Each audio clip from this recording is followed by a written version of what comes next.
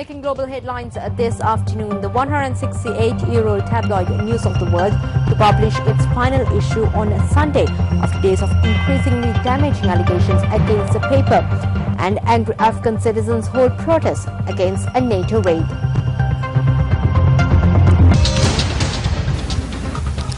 This Sunday's edition of the News of the World will be its last. News International Chairman James Murdoch has said after days of increasingly damaging allegations against the paper.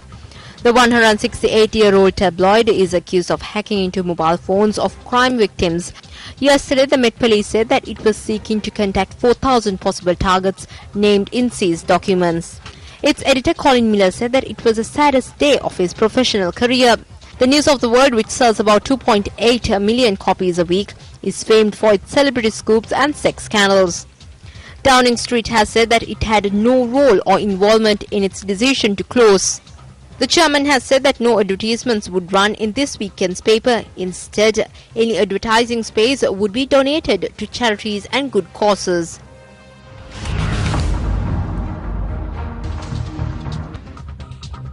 Angry Afghan villagers protested yesterday over a NATO raid on Tuesday, in which they said killed 11 villagers, including women and children, at Said Khail in Shamal district in Khost province.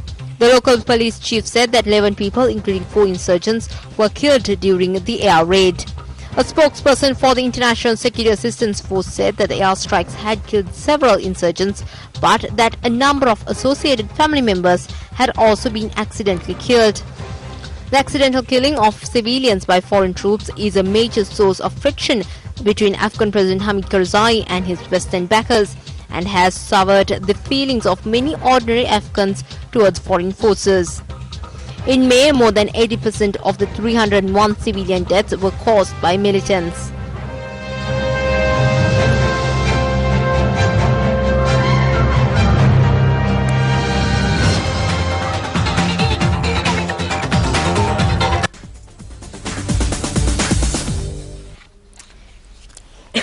In sports news this afternoon, Indian off-spinner Harbhajan Singh claimed his 400th test wicket, and Ishant Sharma took 5 wickets for 77 runs as the West Indies were dismissed for 204 in their first innings on day 2 of the third test in Dominica yesterday.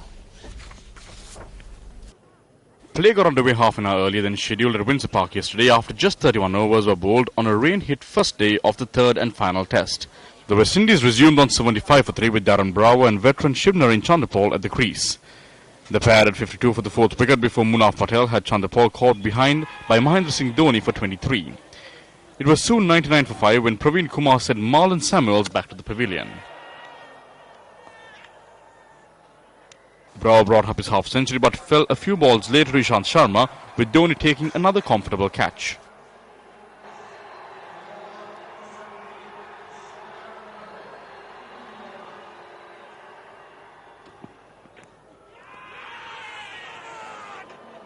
Captain Darren Sammy then fell to Harbhajan Singh, taking the off-spinner's test wicket tally to 399.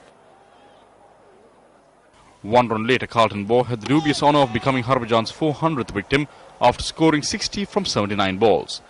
Harbhajan became the 11th bowler to reach the milestone in his 96th test. Sharma wrapped up the tail, adding Phil Edwards and Devendra Bishu to his list of scalps. West Indies were dismissed for 204, with Sharma taking 5 for 77 to give him 21 wickets for the series. West Indies only had 4 overs of the new ball before rain once again brought play to an early close. Indian openers Abhinav Mukund and Murali Vijay will resume today, with the visitors on 8 for no loss in their first innings.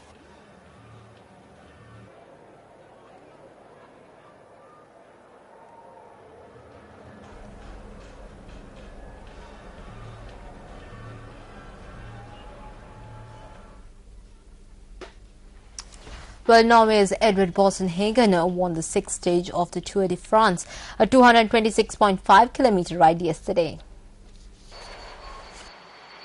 The Team Sky rider beat Australia's Matt Goss of HTC into second, with Norwegian Thor Hushovd of Garmin finishing third and retaining the overall leader's yellow jersey. It was Team Sky's first Tour stage win and came on a day of driving rain and occasional hailstorms. Overall leader Harshward and second place Cadel Evans of BMC bided their time. Then with 18.8 kilometers to go, Adriano Mallory left Westra behind and the Valenzuela rider was soon swallowed up by a peloton.